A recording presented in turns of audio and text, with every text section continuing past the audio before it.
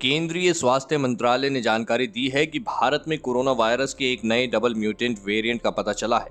मंत्रालय ने बताया है कि देश के 18 राज्यों में कई वेरिएंट ऑफ कंसर्न्स पाए गए हैं। इसका अर्थ है कि देश के कई हिस्सों में कोरोना वायरस के अलग अलग प्रकार पाए गए हैं जो स्वास्थ्य पर हानिकारक असर डालते हैं। जी हाँ दोस्तों, इनमें ब्रिटेन, दक्षिण अफ्रीका, ब्राजील के साथ साथ भारत में पाया गया नया डबल म्यूटेंट वेरिएंट भी शामिल है।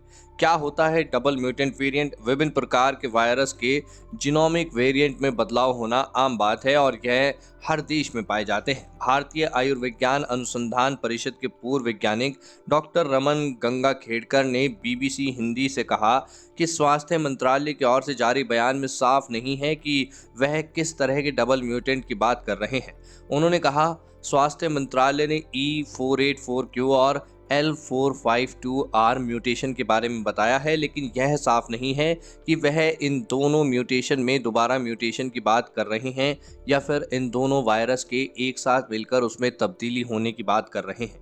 हालांकि इन दोनों वेरिएंट के बारे में रिसर्च होनी बाकी है, क्योंकि इसका कितना असर होगा और यह कितना खतरनाक है यह कहा नहीं जा सकता है। L452R म्यूटेंट पहली बार अमेरिका के कैलिफोर्निया में पाया गया, जिसके बाद यह पूरी दुनिया में फैला। इसका मतलब है कि इस म्यूटेंट में कुछ असर है जो बदल रहा है। अमेरिका में एक चिड़ियाघर के गोरिल्ला में यह वायरस पाया गया था, लेकिन इसका सकारात्मक रूप भी देखना चाहिए।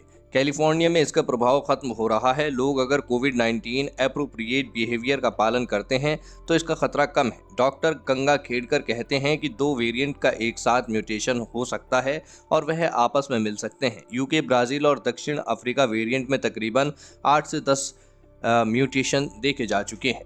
जी हाँ, वायरस जब रिप्रोड्यूस करता है तो वह परफेक्ट नहीं होता है और वही म्यूटेशन होता है, और जब उस म्यूटेशन का हम पर असर होता है तो उसे वेरिएंट कहते हैं।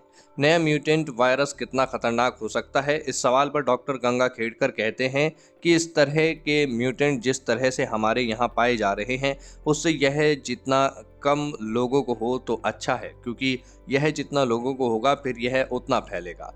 यह नहीं फैलेगा तो एक वेरिएंट दूसरे के साथ जुड़ेगा नहीं और हम खतरे से बचे रहेंगे। इसीलिए यह ज़रूरी है कि लोग कोविड-19 के दिशा निर्देशों का अच्छे से पालन करें। यही इकलौता हल है।